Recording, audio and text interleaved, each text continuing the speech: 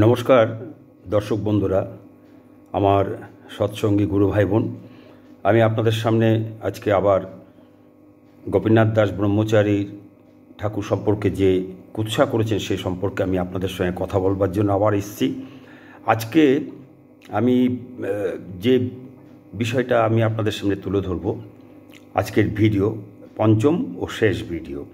আগের 1 থেকে 4 পর্বে যে পর্যন্ত আমি বলেছি, এবার তার পরবর্তী গোপীনাথের বক্তব্য তুলে ধরব আপনাদের সামনে।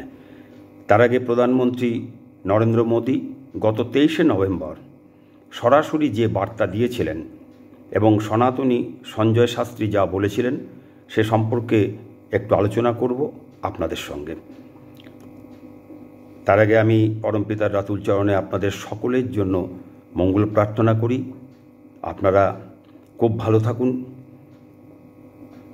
আমাকে আপনারা যেভাবে সহযোগিতা করেছেন, আপনারা আপনাদের মূল্যবান মতামত দিয়ে, আমি তার জন্য আপনাদের কাছে কৃতজ্ঞ। ঠাকুরকে মানুষের কাছে পৌঁছে দেওয়ার জন্য আপনারা যে সহযোগিতার হাত বাড়িয়ে দিয়েছেন তার জন্য আমি চিরঋণী।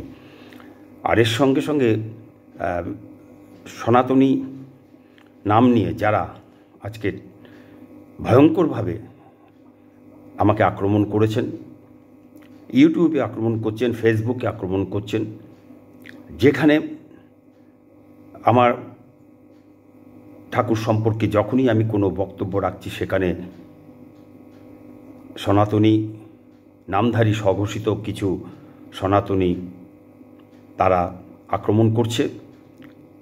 এই নিয়ে আমি আগেও বলেছিলাম, সেই আক্রমণ এরা দ্বিগুণভাবে বাড়িয়ে দিয়েছে। আমি সেই নিয়েও আপনাদের সঙ্গে আলোচনা করব। যাই হোক, আমি এখন প্রধানমন্ত্রী নরেন্দ্র মোদীজি দেশবাসীর উদ্দেশ্যে যে বার্তা দিয়েছিলেন সে সম্পর্কে আমি আপনাদের সামনে একটু বলছি। তিনি বলেছিলেন গত 23শে নভেম্বর, এক হ্যায় তো সেফ হ্যায়।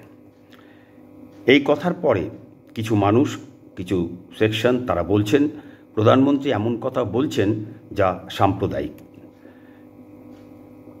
কিন্তু এই এক হ্যায় তো সেফ হ্যায়, শুধু এই কথার উপর যদি আমরা দাঁড়াই, আমি যদি এই কথাটাকে বিশ্লেষণ করি, তাহলে এর মধ্যে ভুল কোথায়? কোথায় সাম্প্রদায়িকতার গন্ধ? এই আমাদের সমস্ত সম্প্রদায়ের সাধারণ মানুষদের এক হয়ে থাকার যে কথা, সে কথা তো এর মধ্যে দিয়েই ফুটে উঠেছে। এই কথা তো আমাদের সকল ভারতবাসীর জন্যই প্রযোজ্য।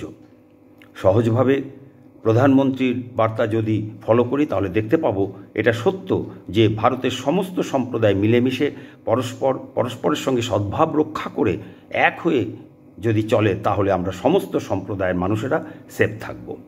নতুবা আমরা সাধারণ উস্কানিকারীদের উস্কানিমূলক কথাবার্তায় যদি পরস্পরের মধ্যে সাধারণ মানুষ আমরা যদি বিভেদ বিসংবাদের সৃষ্টি করি তাহলে সোজা কথা আমরা সেফ থাকব না। ব্রিটিশ আমাদের ভারতবাসীর বিভিন্ন সম্প্রদায়ের মধ্যে, বিশেষ করে হিন্দু মুসলমানের মধ্যে এক হয়ে না থাকার যে বিষ বপন করে দিয়ে গেছে, আজও তার ফল ভোগ করছে উভয় সম্প্রদায়ের সাধারণ মানুষরা। ফলে আনসেফ থাকা শত্রুতা বেড়েছে আজ দ্রুতগতিতে, আর সেই শত্রুতার ডিম ফুটে চলেছে 77 বছর ধরে, যার প্রমাণ বাংলাদেশের বর্তমান অগ্নিগর্ভ পরিস্থিতি। যে শত্রুতার ডিম ফুটে চলার সাবধান বাণী দেশভাগের সময়ে আগাম দিয়েছিলেন দেশের তৎকালীন সমস্ত সম্প্রদায়ের দেশনেতাদের উদ্দেশ্যে, সংখ্যাগুরু ও সংখ্যালঘু সম্প্রদায়ের ভিত্তিতে দেশভাগ হলে, দেশের একতা বিনষ্ট হলে তার পরিণতি কি ভয়ঙ্কর হবে সে কথা উভয় সম্প্রদায়ের দেশনেতাদের কাছে the greatest phenomenon of the world, the greatest supreme being, greatest supreme cause, absolute existence, the seer of truth, for seer Shri Thakur Anukul Chandra বারবার কাতরভাবে বলে গেছিলেন এবং তিনি তার বার্তা লিখে পাঠিয়েছিলেন। তার মধ্যে তিনি ভবিষ্যৎবাণী করে লিখেছিলেন, dividing compromise his hatch of the animosity, যার অর্থ ছিল ভাগ করে সমাধান করার অর্থ তা দিয়ে দিয়ে শত্রুতার ডিম ফোটানো।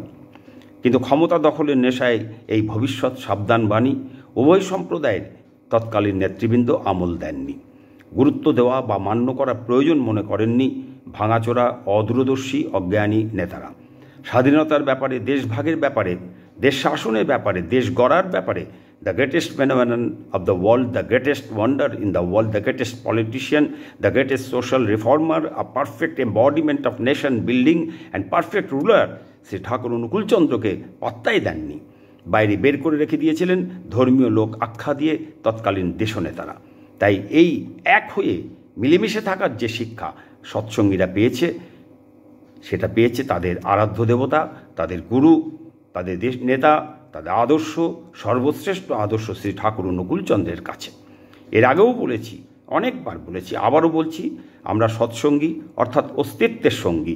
সৃষ্টিকর্তার সমস্ত সৃষ্টি, জীব জগৎ জীবন কারণ সমস্ত অস্তিত্বের সঙ্গী আমরা সৎসঙ্গী। হিন্দু, মুসলমান, খ্রিস্টান, বৌদ্ধ, শিখ, জৈন ইত্যাদি ইত্যাদি বিশ্বজুড়ে সমস্ত সম্প্রদায়ের অস্তিত্বের সঙ্গী সৎসঙ্গী। এই সৎসঙ্গের পতাকার তলায় হিন্দু সৎসঙ্গী আছে, মুসলমান সৎসঙ্গী আছে, খ্রিস্টান সৎসঙ্গী আছে, বৌদ্ধ সৎসঙ্গী আছে, শিখ সৎসঙ্গী আছে, জৈন সৎসঙ্গী আছে, আছে বিশ্বের প্রায় সমস্ত সম্প্রদায়ের, সমস্ত ধর্মমতের সৎসঙ্গী মানুষ স্ব ধর্মমত বজায় রেখেই মিলেমিশে এক পৃথিবী, এক পরিবার হয়ে। সৎসঙ্গ হলো অতি প্রাচীন ভারতীয় ধ্যান ধারণা বসুধৈব কুটুম্বকম, যার অর্থ সমগ্র বিশ্ব আমার পরিবার, সৎসঙ্গীদের পরিবার। সৎসঙ্গ হলো তাই। আর সৎসঙ্গের পতাকার তলে আমরা সমস্ত সম্প্রদায়ের মানুষ যারা শ্রী ঠাকুর অনুকূলচন্দ্রে দীক্ষিত, আমরা সবাই সৎসঙ্গী। প্রথমে আমরা সবাই সৎসঙ্গী, তারপর আমরা হিন্দু, মুসলমান, খ্রিস্টান, বৌদ্ধ, জৈন, শিখ ইত্যাদি ইত্যাদি যে যে সম্প্রদায়ের মানুষ সেই সম্প্রদায়, প্রথমে আমরা সবাই অস্তিত্বের সঙ্গী। শুধু মানুষ নয়, তার সৃষ্টির যত কিছু আছে সৃষ্ট সমস্ত এক্সিস্টেন্সের আমরা সঙ্গী। তাই প্রধানমন্ত্রী নরেন্দ্র মোদিজির এক হ্যায় তো সেফ হ্যায় কথার মধ্যে জোর করে সাম্প্রদায়িকতার গন্ধ কারা খুঁজে পায়? সাধারণ সহজ সরল সীমাহীন ভাঙাচোরা আমজনতা খুঁজে পায়, নাকি আমজনতার মসিয়া যারা আমজনতার মধ্যেই থেকে তারা আমজনতার মায়বাপ হয়ে নিজেদের জাহির করে, তারা খুঁজে পায়? আর সাম্প্রদায়িকতার যে গন্ধ, সে গন্ধ ইনজেক্ট করে আমজনতার মধ্যে কারা? তারা। আর কারাই বা তারা যারা ভারতবাসী 145 কোটি মানুষের আনসেফ থাকার পরিস্থিতিকে বজায় রেখেছিল 77 বছর ধরে, আর কারাই বা বর্তমানে তা বজায় রাখতে চাইছে? প্রশ্নগুলো কি উঠবে না?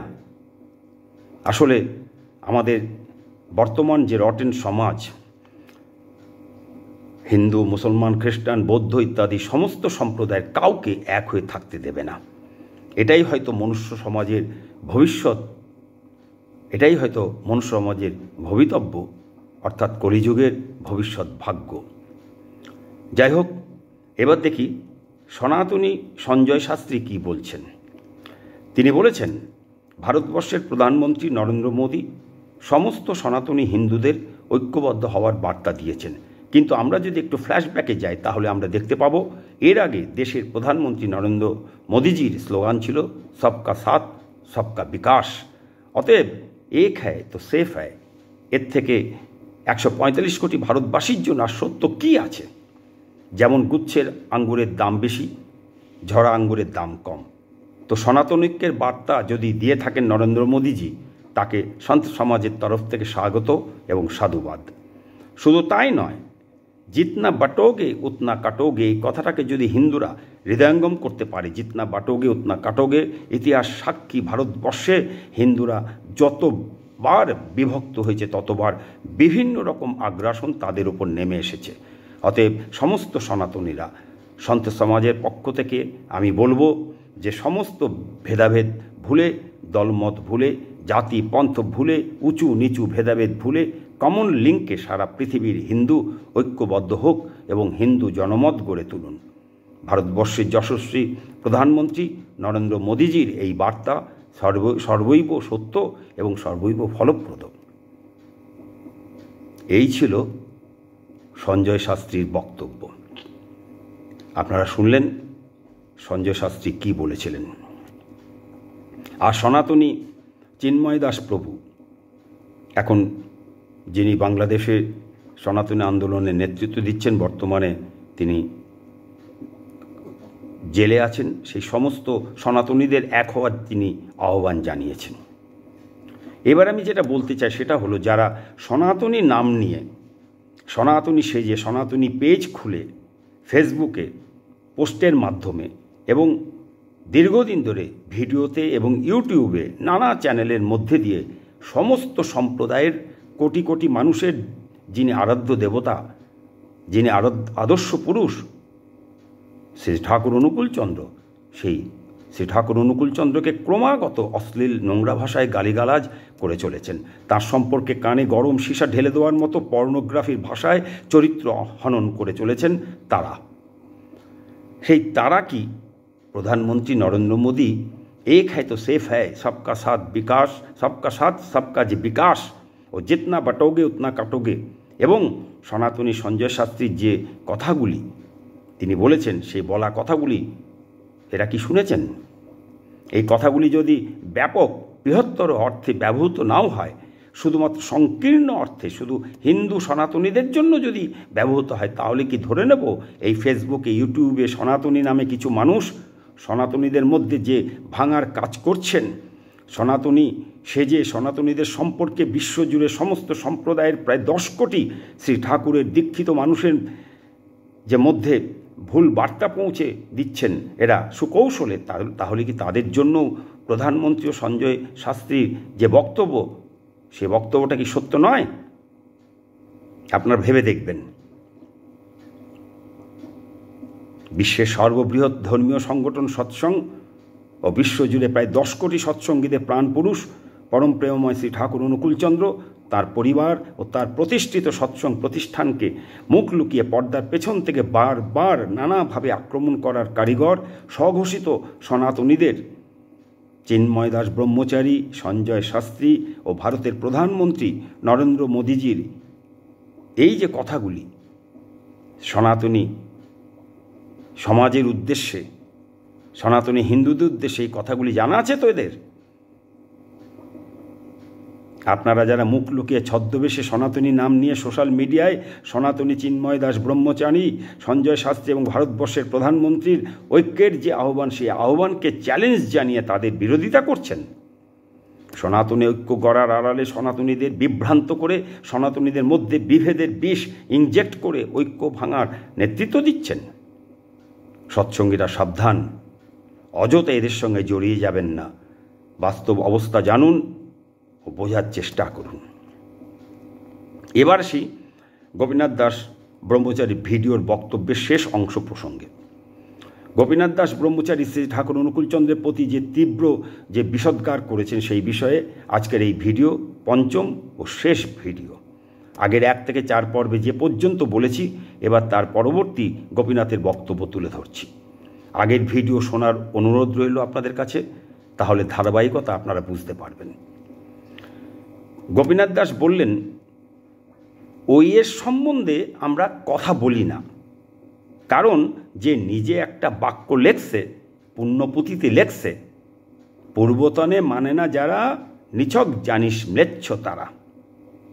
এখানে ওইয়ের সম্বন্ধে বলতে গোপীনাথ দাস ব্রহ্মচারী শ্রী ঠাকুর অনুকূলচন্দ্রকে বুঝিয়েছেন, অর্থাৎ অনুকূলচন্দ্র সম্পর্কে কথা বলি না, ওয়ের সম্বন্ধে আমরা কথা বলি না, অর্থাৎ অনুকূলচন্দ্র সম্পর্কে কথা বলি না। এইখান থেকে বোঝা যায় যে একজন চরম ভাঙাচোরা, রিপুতারিত, অনিয়ন্ত্রিত, ভারসাম্যহীন ব্যক্তি, যিনি কখন কি কথা বলছেন, কিভাবে বলছেন, কাকে বলছেন, সে সম্পর্কে নিজেই সম্পূর্ণ অজ্ঞান। আর সেই তিনিই কিনা বাংলাদেশে সনাতনী আন্দোলনে মুখ ও সমগ্র সনাতনী আন্দোলনকে নেতৃত্ব দেবেন।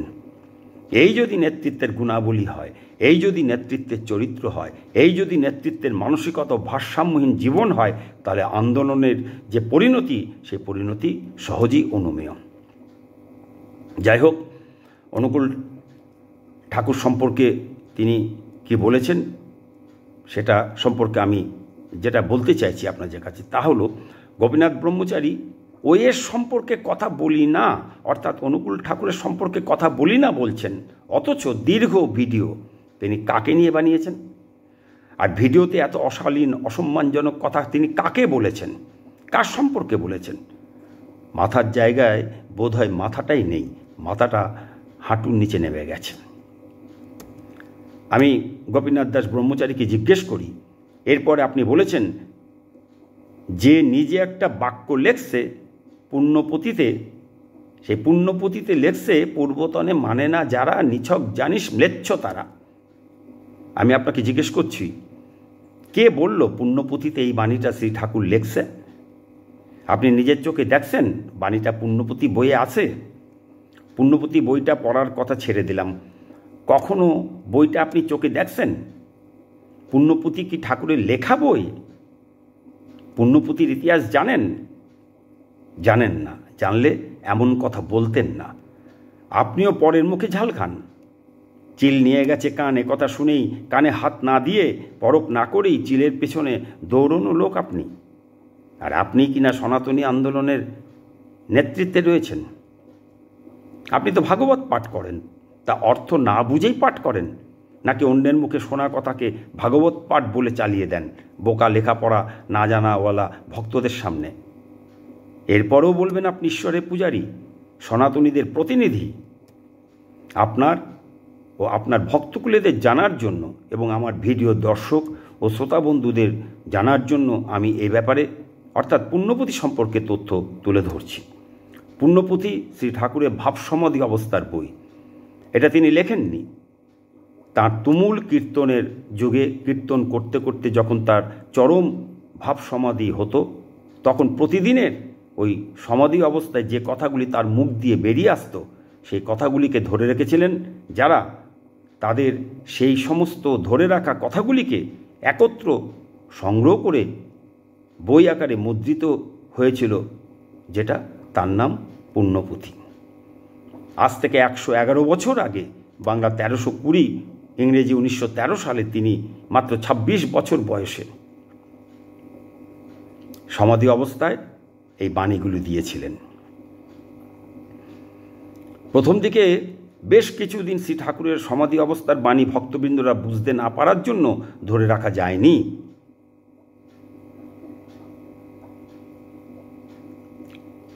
যেদিন থেকে তার ভক্তরা ঠাকুরের ভাবসমাধি অবস্থায় বলা কথাগুলি কৌতূহলবশত মন দিয়ে শুনলেন, সেই শুনতে গিয়ে তারা যখন বুঝতে পারলেন যেখান থেকে যে কথাগুলো বেরিয়ে আসছে, অমূল্য যে কথা, সেগুলো ধরে রাখার প্রয়োজন আছে, তখন কৌতূহল হয়ে ধরতে পেরেছিলেন। যেদিন থেকে, সেদিনের ভাব সমাধি থেকে শুরু করে যেদিন শেষ ভাব সমাধি হয়েছে, সেই মোট 72 দিনের ভাব সমাধির বাণী আছে এই পুণ্যপুঁথি বইয়ে। সনাতন ধর্মের রাখওয়ালা সনাতনী গোপীনাথ দাস এই বিষয়ে আপনি কিছুই না জেনেই পণ্ডিতের মতো আপনার ভক্তমণ্ডলী শ্রোতাদের সামনে ভাষণ দিয়েছেন শ্রী ঠাকুর পুণ্যপুঁথি বই লেখছে। শ্রী ঠাকুর অনুকূলচন্দ্রের বাণীর পরিমাণ বিশাল, বিপুল। গদ্য আকারে তিনি বাণী দিয়েছেন 10,392টি, ছড়া দিয়েছেন 8,829টি, ইংরেজিতে বাণী দিয়েছেন 2,467টি, আরও অন্যান্য মিলিয়ে প্রায় 24,000 বাণী দিয়েছেন। আর দেশ বিদেশের অর্থার্থী, জিজ্ঞাসু, জ্ঞানী, ভক্ত ও অনুসন্ধিৎসু যে মানুষ, সেই মানুষের হাজার হাজার প্রশ্নের তিনি যে উত্তর দিয়েছেন, সেইগুলি বিভিন্ন নামে, নানা রকম, নানা প্রসঙ্গে, আলোচনা প্রসঙ্গে, কথা প্রসঙ্গে, এরকম নানা রকম নাম দিয়ে কয়েক খণ্ডে প্রকাশিত হয়েছে সেই সমস্ত কথোপকথন। সেই সমস্ত বাণী, ছড়া, কথোপকথন সমৃদ্ধ বইয়ের লেখাগুলি কোনোটাই তিনি লেখেননি। সব নানা ঘটনা, স্থান, কাল, ব্যক্তি, পরিবেশ, পরিস্থিতি অনুযায়ী মুখে বলেছেন। আর সমস্ত কিছু তা লিপিবদ্ধ করেছিলেন তাঁর লীলাসঙ্গী ভক্তমণ্ডলীগণ।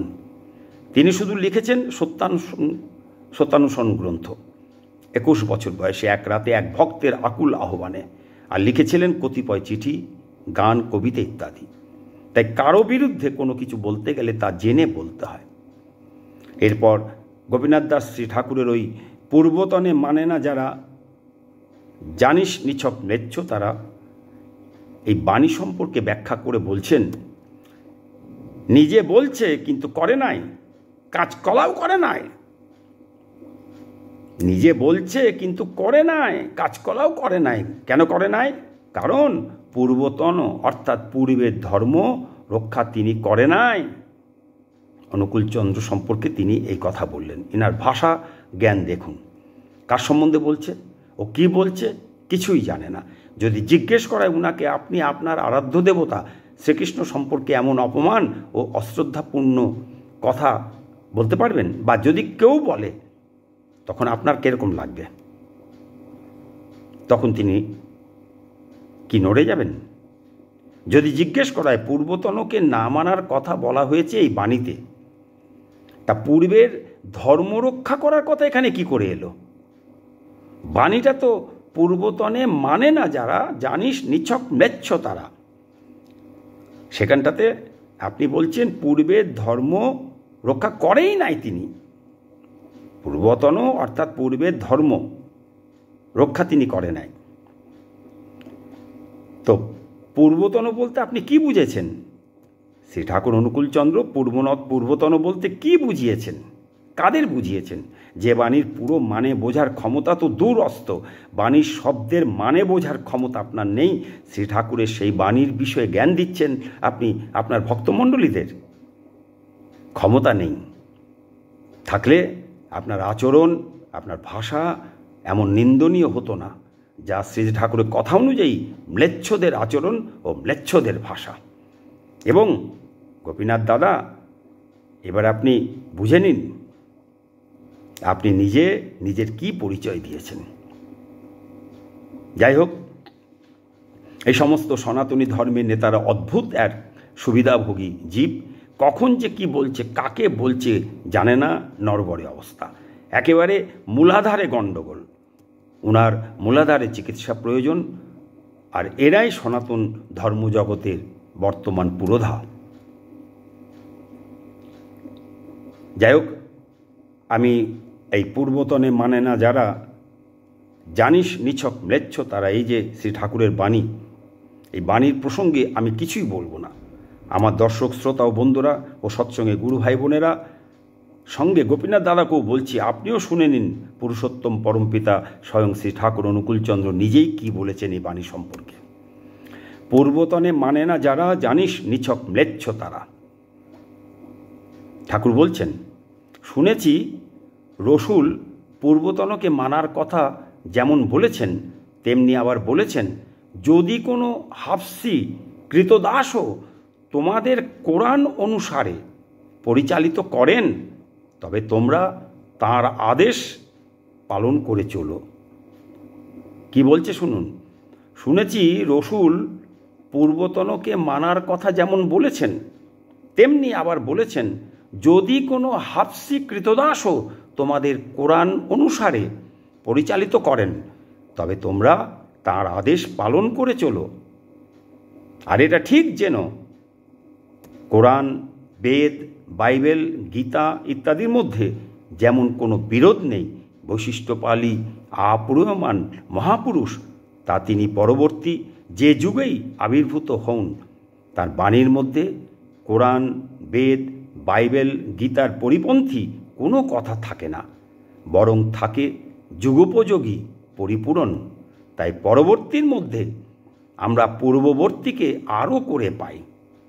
একই ঈশ্বর প্রেরণার প্রবাহই তো যুগ যুগ ধরে বয়ে চলে, আরোতর অভিব্যক্তি নিয়ে, প্রয়োজনে ও পরিস্থিতির পরিপূরণে। সৃষ্টি যতদিন থাকবে ততদিন এ ধারা চলতেই থাকবে। এর মধ্যে দিয়ে ঠাকুর পরিষ্কার বলে দিলেন, পূর্বে যিনি এসেছেন তাকে মানার কথা, এবং তিনি যা বলে গেছেন তা মানার কথা। আর সেই তিনি পূর্বে যিনি এসেছেন, তিনি আবার পরবর্তীর মধ্যে পরবর্তীর রূপ নিয়ে আসেন, আর পরবর্তীর মধ্যে আরও করে পূর্ববর্তীকে আমরা পাই।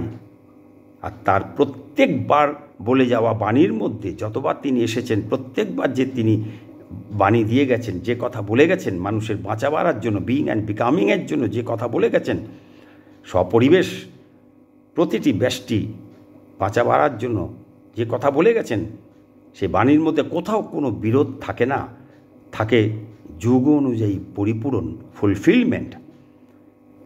পরিষ্কার করে একদম ঠাকুর বলে দিলেন যে রসুল কি বলেছেন, একই কথা, যে রাম কৃষ্ণ, এই যে পূর্বতন, কৃষ্ণের আগে রাম এসেছেন, বুদ্ধের আগে কৃষ্ণ এসেছেন, যিশুর আগে বুদ্ধ এসেছেন, হজরত মোহাম্মদের আগে যিশু এসেছেন, মহাপ্রভুর আগে হজরত মোহাম্মদ এসেছেন, রামকৃষ্ণের আগে মহাপ্রভু এসেছেন, ঠাকুর অনুকূলচন্দ্রের আগে রামকৃষ্ণ এসেছেন। মেয়ে একজনই বারবার বারবার এসেছেন। তাহলে তিনি পরিষ্কার বললেন পূর্বে যিনি এসেছেন তাকে মানার কথা, এবং তিনি যা বলে গেছেন সেই বলাগুলিকে মানার কথা। তাই এই সমস্ত ছদ্ম, অসিদ্ধ, অজ্ঞানী, মূর্খ ধর্ম ও ঈশ্বর পূজারীরা কপটতার আশ্রয়ে থেকে ধর্ম ও ঈশ্বর কথা বলে মন্ত্র দিয়ে নিজেকেও মারে, অন্যকেও মারে ও মনুষ্য সমাজে ক্ষয় ডেকে আনে। গোপীনাথ দাস আরও বলেছেন, অনুকূল ঠাকুর তার ভক্তদের শিক্ষা দিতে পারে নাই রাধাকৃষ্ণ ভজন, গৌরহরির ভজন। তিনি শিক্ষা দিয়েছেন তাকে ভজ। এই জন্য তিনি আমাদের সনাতন ধর্মের কি একটা বললেন বুঝলাম না, মানে সনাতন ধর্মের দায় দিলেও বৈষ্ণব সমাজের আওতাভুক্ত নন, বৈষ্ণব সমাজের আওতাভুক্ত তিনি নন। শ্রী ঠাকুর অনুকূলচন্দ্র সম্পর্কে যার বিন্দুমাত্র জানা নেই, তার মিশন ও দর্শন সম্পর্কে তিলমাত্র যার জ্ঞান নেই, তার কথার উত্তর দেওয়া, তার সঙ্গে কথা বলা, মৃত মানুষের সঙ্গে কথা বলা এক। শুধু ভাবি, সারা শরীরে চন্দন লেপটে, তিলক কেটে, গলায় দুনিয়ার জঙ্গল ঝুলিয়ে যিনি নিজেকে এক মহান সনাতনী ঘোষণা করেন, বৈষ্ণব সমাজের কে আওতাভুক্ত হবে কে হবে না তার দারোয়ান নিজেকে মনে করেন, নিজেকে সনাতন ধর্ম বৈষ্ণব সম্প্রদায়ের এক ও অদ্বিতীয় মাইবাপ মনে করে, আমি মানি না কি, আমি মানি কি করে এদের, আমি মানি কি করে তাদের, ওইয়ের সম্বন্ধে আমরা কথা বলি না, ইত্যাদি ইত্যাদি এত বড় অহংকারী অধ্যত্বপূর্ণ কথা বলতে পারেন। সাধু সাজে যিনি কৃষ্ণপ্রেমের কথা বলেন, তিনি তুচ্ছ তাচ্ছিল্যে বলছেন অনুকূল ঠাকুর শিক্ষা দিয়েছেন তাকে ভজ। আমি শুধু গোপীনাথ দাস মহাজ্ঞানী মহাজনকে বলতে চাই, আপনার কি জানা আছে, সর্বধর্মান পরিত্যাজ্য মামেকং শরণং ব্রজ অহং ত্বাং সর্বপাপেভ্য মোক্ষয়িষ্যামি মা শুচ, যার অর্থ সর্বপ্রকার ধর্ম পরিত্যাগ করে কেবল আমার শরণাগত হও, আমি তোমাকে সমস্ত পাপ থেকে মুক্ত করব, তুমি শোক করো না। এই বাণীটা কার? আপনার জানা আছে তো? এখানে তিনি যা বলেছেন গোপীনাথবাবু, এর মধ্যে দিয়ে তিনি কি শিক্ষা দিয়েছেন? আপনি যে বললেন অনুকূল ঠাকুর শিক্ষা দিয়েছেন তাকে ভজ, ঠিক একই রকমভাবে আপনাদের বৈষ্ণবদের একচেটিয়া পৈতৃক সম্পত্তি শ্রী শ্রীকৃষ্ণের বলা সর্বধর্মান পরিত্যাজ্য মামেকং শরণং ব্রজ কথার অর্থও কি তাই নয়? তিনিও কি নিজেকে ভজনা করার কথা বলেননি? তাহলে এই বাণী যিনি দিয়েছেন, কোন যুক্তিতে তিনি আপনাদের স্বঘোষিত সনাতনীদের কাছে ঈশ্বর হিসেবে পূজিত হন? কোন যুক্তিতে শ্রী শ্রীকৃষ্ণ মামেকং শরণং ব্রজ অর্থাৎ আমাকেই একমাত্র ভজনা করো এই কথা বলেন? একটু বুঝিয়ে দেবেন। আমাদের তো অত জ্ঞান নেই, আমাদের মনে প্রশ্ন জাগে, আমরা সেই প্রশ্নটা নিয়ে আপনার কাছে এসেছি। আপনার সামনে যারা বসে বসে শুনছিল তারা হয়তো আপনাকে প্রশ্ন করতে সাহস করেনি, বা কিংবা হয়তো তারা আপনার কথায় যা বলেন তাই বিশ্বাস করে নেয়। তো কিন্তু তা তো হয় না সব সময়। তা আপনি কি একটু আমাদের বুঝিয়ে দেবেন? আপনি আরও বললেন এই জন্য কেউ কষ্ট পাবেন না, ভক্তদের উদ্দেশ্যে আপনি বলছেন এই জন্য কেউ কষ্ট পাবেন না, অর্থাৎ তাদের মালা নাই, মানে সৎসঙ্গীদের মালা নাই, তিলক নাই, পৈতেটাও খুইলে দিতে পারলে বাঁচত কিনা জানি না, কারণ কৃষ্ণ যিশু মোহাম্মদে এক কইরা দিছে, গোলমাল পাকেয়া দিছে, আর অনুকূলে এক। এই জন্য আমরা মেনে নিতে পারি নাই। সৎসঙ্গীদের গলায় মালা নেই, তিলক নেই, ঠিক কথা। তা আপনাদের বিশ্বজুড়ে সমস্ত সনাতনীদের গলায়, ভারতবর্ষে হিন্দু 115 কোটি, সমস্ত বিশ্বে মিলিয়ে প্রায় 150 কোটি। তো সমস্ত সনাতনী হিন্দুদের গলায় মালা আছে, তিলক আছে। আপনার মতো কপাল জুড়ে চন্দন দিয়ে লেপা তিলক ও গলায় দুনিয়ার সব তুলসী গাছ দিয়ে তৈরি মোটা মোটা মালা আছে সনাতনী হিন্দুদের, বৈষ্ণবদের। আপনার মতো ভয়ঙ্কর সাজে সজ্জিত ভগবান পুরুষোত্তম পরমপিতা শ্রীকৃষ্ণ, এবং আপনার মতো সাজ আছে শ্রীকৃষ্ণের কপালে ও গলায়। আপনি আরও বলেছেন, যেহেতু অনুকূল ঠাকুর কৃষ্ণ, যিশু, মোহাম্মদ এক কইরা দিছে, গোলমাল পাকাইয়া দিছে, আর অনুকূলে এক, এই জন্য আমরা মেনে নিতে পারি নাই। আপনি বারবার মানে কি করে মানে নিতে পারি না, গায়ে মানে না, আপনি মোড়লের মতন কথা বলছেন। আপনি পৃথিবীর 150 কোটি হিন্দুদের প্রতিনিধি। আপনি বললেই 150 কোটি হিন্দু। আপনার কজন শিষ্য আছে? সারা পৃথিবী জুড়ে, বিশ্ব জুড়ে হিন্দু, মুসলমান, খ্রিস্টান, বৌদ্ধ, জৈন, শিখ, সমস্ত যত সম্প্রদায় আছে, প্রায় সমস্ত সম্প্রদায়ের সমস্ত ধর্ম যদিও এক, সম্মত, কিন্তু তথাকথিত যে কথা যে হিন্দু ধর্ম, মুসলমান ধর্ম, এগুলো ভুল হলেও এই সমস্ত ধর্মের যে কোটি কোটি মানুষ শ্রী ঠাকুর অনুকূলচন্দ্রের দীক্ষিত, প্রায় 10 কোটি ছাড়িয়ে গেছে। পৃথিবীর সমস্ত দেশে শ্রী ঠাকুর অনুকূলচন্দ্রের সৎসঙ্গ প্রতিষ্ঠান। আপনার কজন আছে? আপনি বলছেন এই জন্য আমরা মেনে নিতে পারি নাই। তা আপনার আরাধ্য দেবতা ভগবান শ্রী শ্রীকৃষ্ণ, তার পরবর্তী যে রূপ শ্রী শ্রী মহাপ্রভু কি বলে গেছেন একথা? আপনার ও আপনাদের স্বঘোষিত সনাতনীদের এটা জানা আছে? আপনি ভাগবত পাঠ করেন, হরিকথা শোনান, তা আপনি জানেন না? গীতাতে শ্রীকৃষ্ণ কি বলেছিলেন আপনি জানেন না? মহাপ্রভু নিজে কি প্রতিজ্ঞা করেছিলেন এবং তার মাতৃদেবীকে এবং অদ্বৈতকে? আপনি তো বৈষ্ণব এবং বৈষ্ণব ধর্মের দারোয়ান, তাই আপনি তো নিশ্চয়ই জানেন শ্রী শ্রী মহাপ্রভু কি বলেছিলেন, জানেন না? আর এই যে যদা যদাই ধর্মস্য গ্লানির্ভবতি ভারত অভ্যুত্থানমস্য অধর্মস্য তদাত্মানম সৃজাম্যহম পরিত্রাণায় সাধুনাং বিনাশায় চ দুষ্কৃতম ধর্ম সংস্থাপনার্থায় সম্ভবামি যুগে যুগে। এই যে বাণীটি, এই বাণীটি কার? গোপীনাথবাবু। এর মানেটা আর নতুন করে আপনাকে বলতে হবে না। এই মানেটাকে আপনি জানেন নাকি এটা এড়িয়ে যান বারবার? গীতা, ভাগবত যখন গীতা পাঠ করেন তখন এটা কি বলে, এই বাণীটার উপর কি চর্চা করেন আপনারা সনাতনীরা? তো এই বাণীটা আপনি কি মানেন?